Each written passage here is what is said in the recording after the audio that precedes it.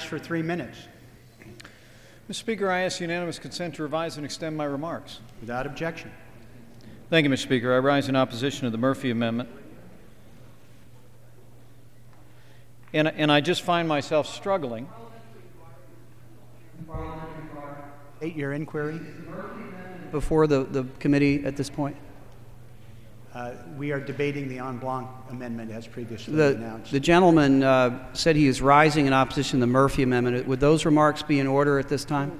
They would be in order. That's a hypothetical question. It's not a...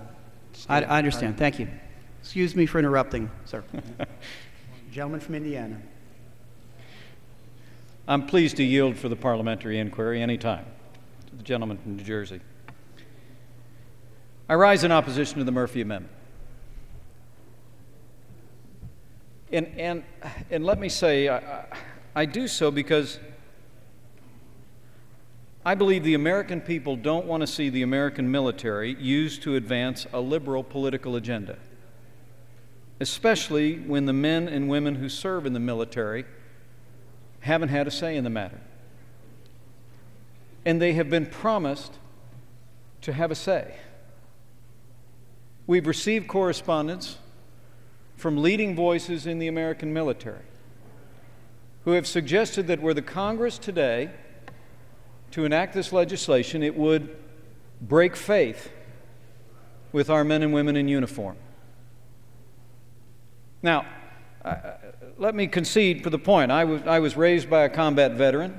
I did not wear the uniform of the United States, but I have strong objections to repealing Don't Ask, Don't Tell.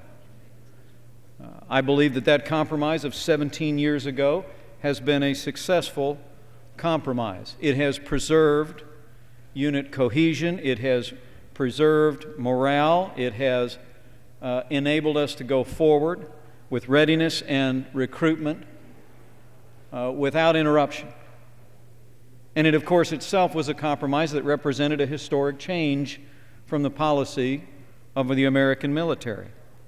But what's being advanced here today in repealing Don't Ask, Don't Tell would represent a fundamental change in the nature and the culture of our military, and it ought to be carefully and thoroughly explored among the men and women who are doing the work in uniform. And it is being explored today.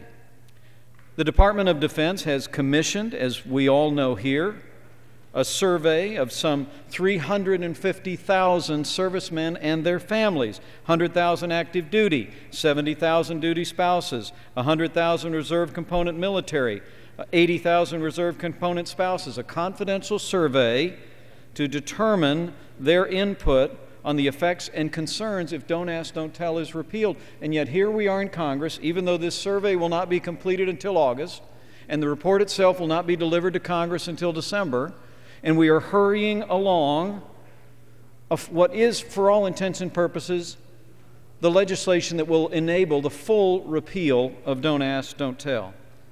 I urge my colleagues in Congress to take a breath, to stop, particularly here as we stand just a few days before that day in which we, all of us, Republicans and Democrats, will set aside all politics and we will remember those who did not come home.